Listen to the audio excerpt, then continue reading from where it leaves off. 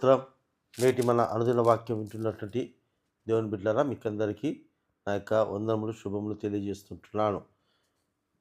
నేటి ఈ దిన వాక్యమును చదువుకుందాం. 79వ కీర్తన 13వ చరణం.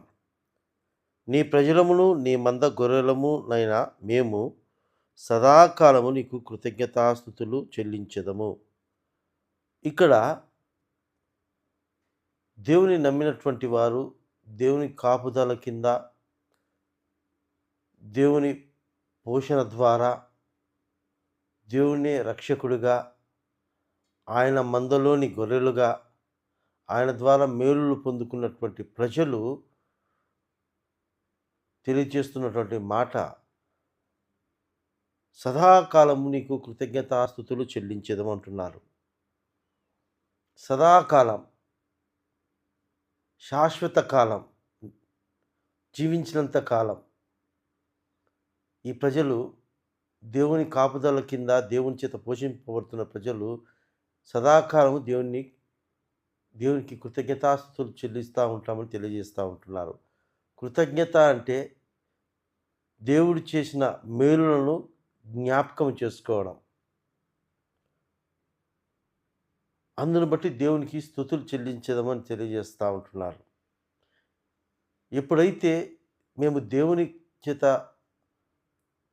పోషించబడుతుంటున్నాం, దేవుని చేత కాపాడబడుతున్నాం, దేవుని కాపుదల కింద రక్షింపబడుతున్నాం, సమస్తము దేవుని ద్వారానే అని ఎవరైతే అలాంటి మనసు కలిగి ఉంటారో అలాంటి వారిలో కృతజ్ఞత ఉంటుంది, దేవుని భయం ఉంటుంది, దేవునికి నిత్యము దేవుడు చేసిన మేలుకు కృతజ్ఞతాస్తుతులు చెల్లిస్తూ ఉంటారండి. ఈ మాట వింటున్న మనము కూడా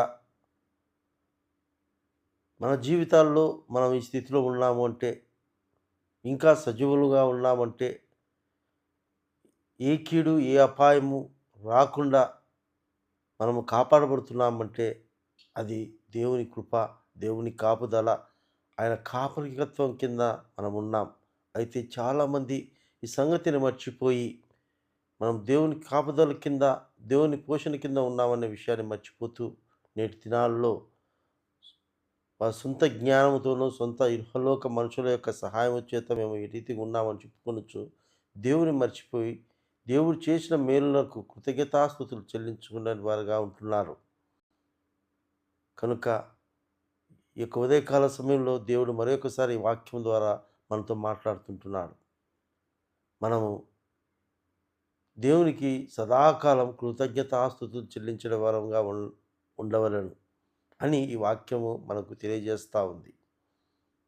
కనుక మనమందరం కూడా దేవుని కాపుదల కింద ఉన్నవారముగా ఆయనకు కృతజ్ఞత కలిగి, ఆయన కృతజ్ఞతాస్తుతులు సదాకాలం జీవిస్తూ ఉందుముగాక. ఆమేన్.